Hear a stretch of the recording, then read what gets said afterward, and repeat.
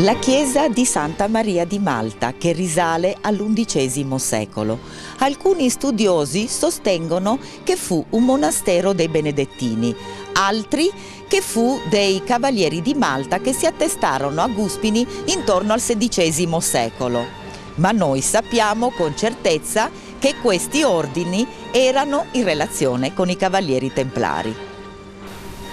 Dell'undicesimo secolo la chiesa conserva soltanto la facciata di forme romaniche, riportata alla luce dagli ultimi restauri.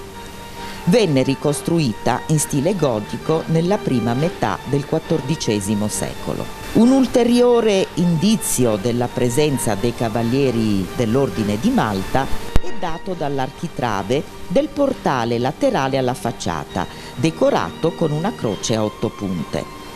Le notizie sul monumento sono assai scarse. Gli archeologi avrebbero scoperto un edificio di probabile impianto bizantino, forse un primo insediamento monastico che potrebbe risalire al IX secolo.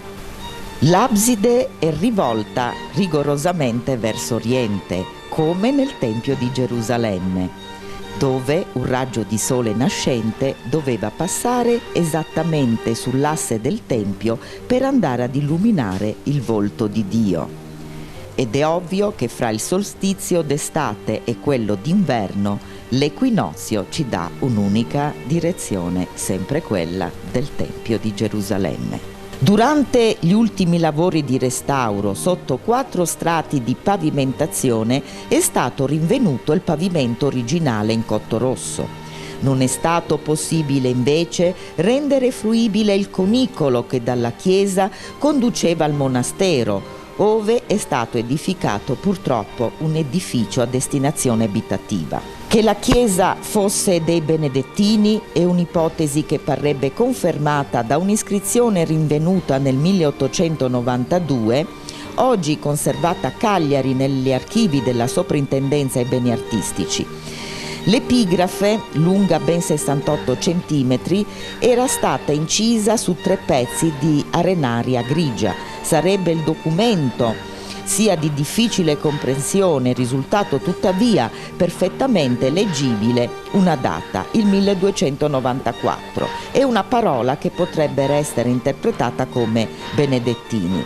La Leo nel 600 scriveva che la villa di Guspini avia otrio monasterio, iglesia, al presente aggregada alla religión de los caballeros de San Juan de Malta. Nel corso del tempo la chiesa è stata sottoposta a numerose e sostanziali modifiche, la prima delle quali avvenuta intorno al 1200, un'ipotesi che potrebbe essere avvalorata dalla scritta incisa nell'acqua santiera in trachite grigia presente all'interno, dove leggiamo MCC.opus fa spazio ove non è possibile leggere nulla, die spazio, e la lettura non c'è concessa perché consumata dal tempo. Nella teca la Vergine dormiente. La festa dell'Assunta infatti è di origine bizantina. Il termine coimesis, dormizione, celebra tale stato e avvalora le nostre ipotesi sulle origini di tale sito.